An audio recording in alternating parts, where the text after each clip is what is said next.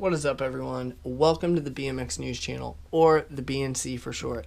We've been getting a ton of questions on our other videos regarding BMX bikes, so I've decided to make some more in-depth videos about our tools of the trade. In this video, we are going to give you some suggestions on what makes a BMX bike good enough for street use. We won't be talking about street frame geometry in this video. If you want to know more about that, go watch our informational video on frame geometry where we break that down. If you are new to our channel, welcome. You can stick around or click our name below the video to get a better understanding of who we are. If you don't know us already, we really advocate for full chromoly bikes. Non-chromoly setups are really just to save you some money.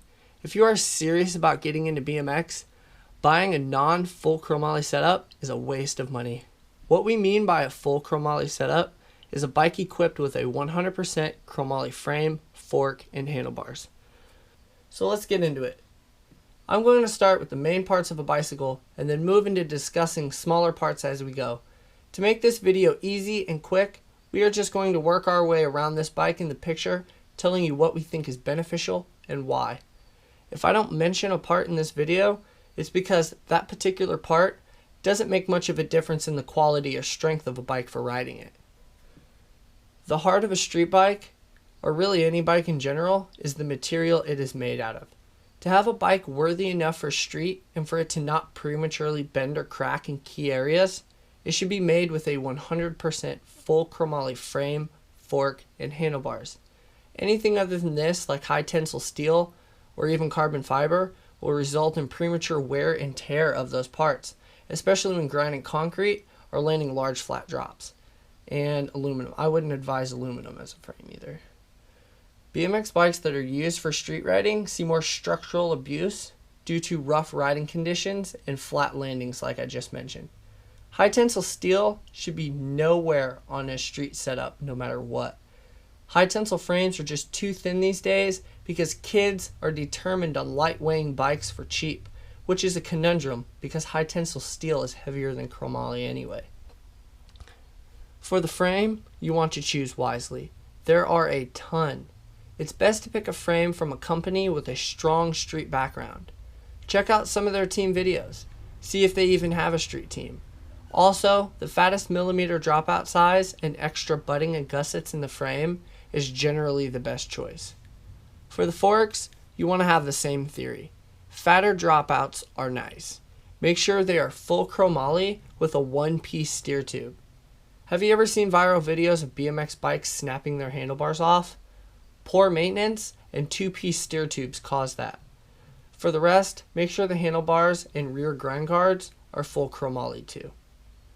Now let's talk about aluminum parts, because we already covered everything that should be chromoly by this point.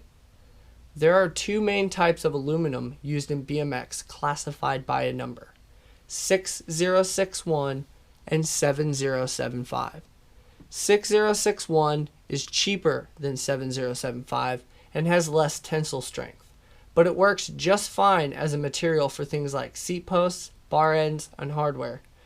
Key parts to note aluminum type is the stem, sprocket, hub shell, and rims. For a strong street setup, these parts should be all made out of 7075 aluminum.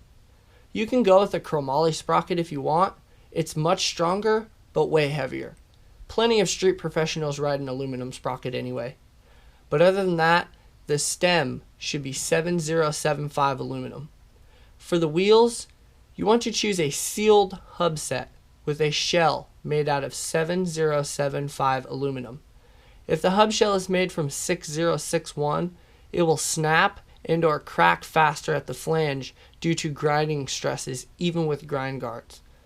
The rear hub should have a solid male axle, and the front hub can either be female or male axle.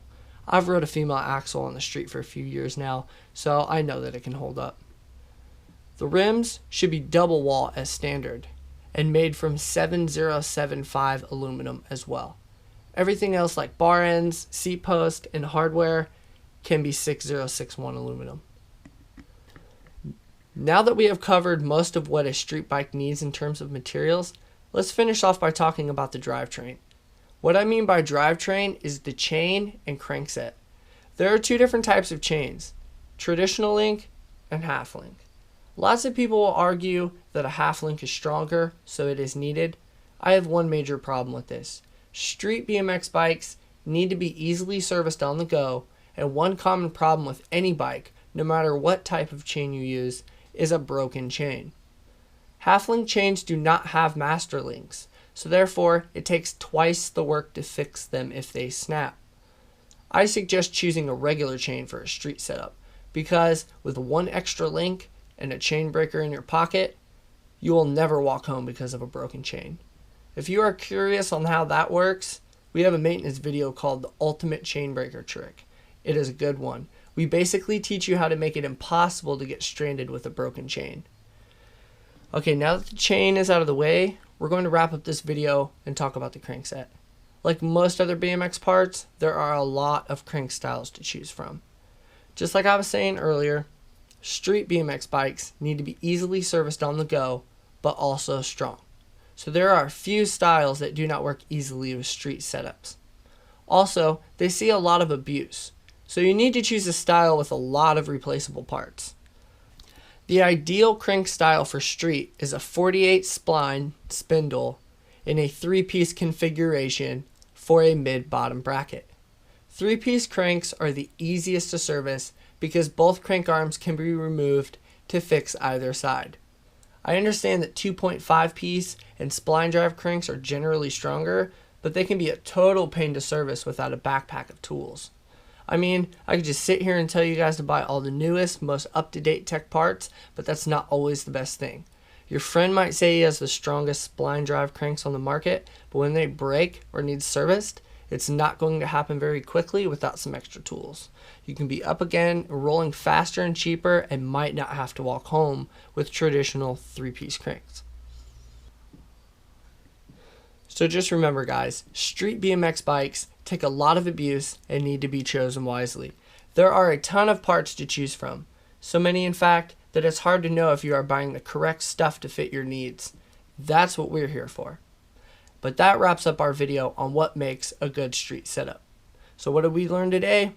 Street bikes need to be set up with the correct parts and styles to be reliable and easily serviced at the same time.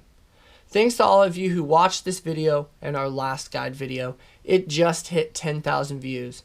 I'm super happy with the response it's getting, and special thanks to my subscribers for helping me hit 500 today. I appreciate every one of you for sticking with me. If you have any questions or comments, throw them down below. I love answering everybody's questions. If you enjoyed this video or found the information useful, like it or share it so somebody else can see. And if you haven't done so yet, subscribe for more. Until then, I'll catch you guys next time.